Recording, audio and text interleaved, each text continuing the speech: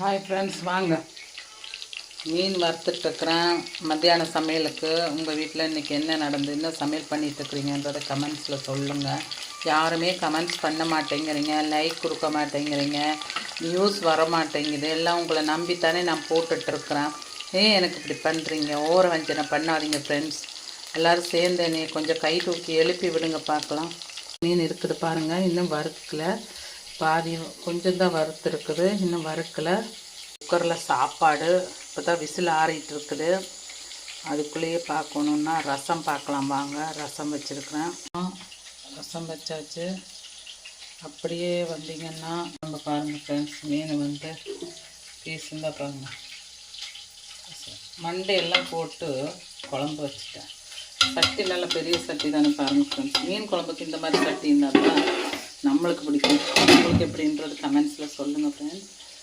வாங்க ஃப்ரெண்ட்ஸ், வறுத்த மீனை எடுத்துக்கலாம். ஓரளவுக்கு வறுத்துட்டேன்.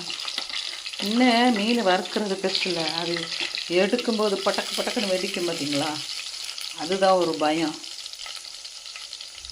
அப்படியே சமைச்சிட்டு இருக்கும்போது நம்மளுக்கு ஒரு பிளாக் டீ தேவைப்படும் ஃப்ரெண்ட்ஸ். அதனால பிளாக் டீ அடுப்பில் வச்சுருக்கிறேன். ஆஃப் பண்ணிட்டேன். இப்போ வீடியோ போடலாம் அப்படின்ட்டு. ஏன்னா நம்மளுக்கு வீடியோ எடுத்து தரக்கூட ஆள் இருக்காது, நம்மளே தான் வீடியோவும் இருக்கணும். அதனால் நம்மளை மாதிரி ஒரு ஒரு ஒரே ஆள் வீடியோ எடுத்து ஒரே ஆள் எல்லா சமையலும் பண்ணி அந்த மாதிரி எடுக்கணுன்னா கஷ்டம்தான். இங்கே பாருங்கள், ஒத்த கையில் மீன் எடுத்துக்கிட்டு ஒத்த கையில் தான் அடுத்தடுத்த வேலை நடந்துகிட்ருக்குது.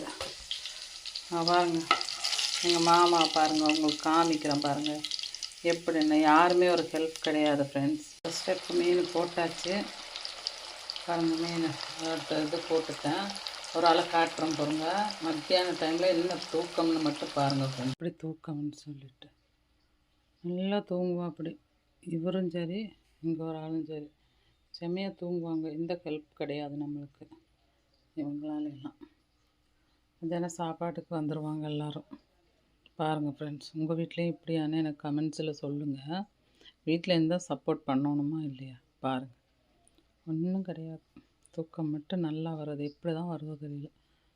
வாங்க ஃப்ரெண்ட்ஸ், வச்சு முடித்தோடனே அம்மா பேக் பண்ணிவிட்டு அம்மா வீட்டுக்கு கொண்டு போவேன். அம்மாவுக்கு மத்தியானம் சாப்பாடு கொடுத்துட்டு வந்துடுவேன். அம்மா தனியாக தான் இருக்கிறாங்க. எங்கள் பெரிய பையனும் எங்கள் அம்மாவும். எங்கள் பெரிய பையனும் ஆக்சிடெண்ட் ஆனதுனாலே அம்மா அவங்க கூட தான் இருக்கிறாங்க. அந்த மாதிரி பார்த்துக்கிட்டு அம்மாவை அவன் பார்த்துக்குவான், அவன் அம்மாவை பார்த்துக்குவான். இப்படி 2 பேரும் ஒருத்தர் ராசியாக இருந்துக்கிறாங்க.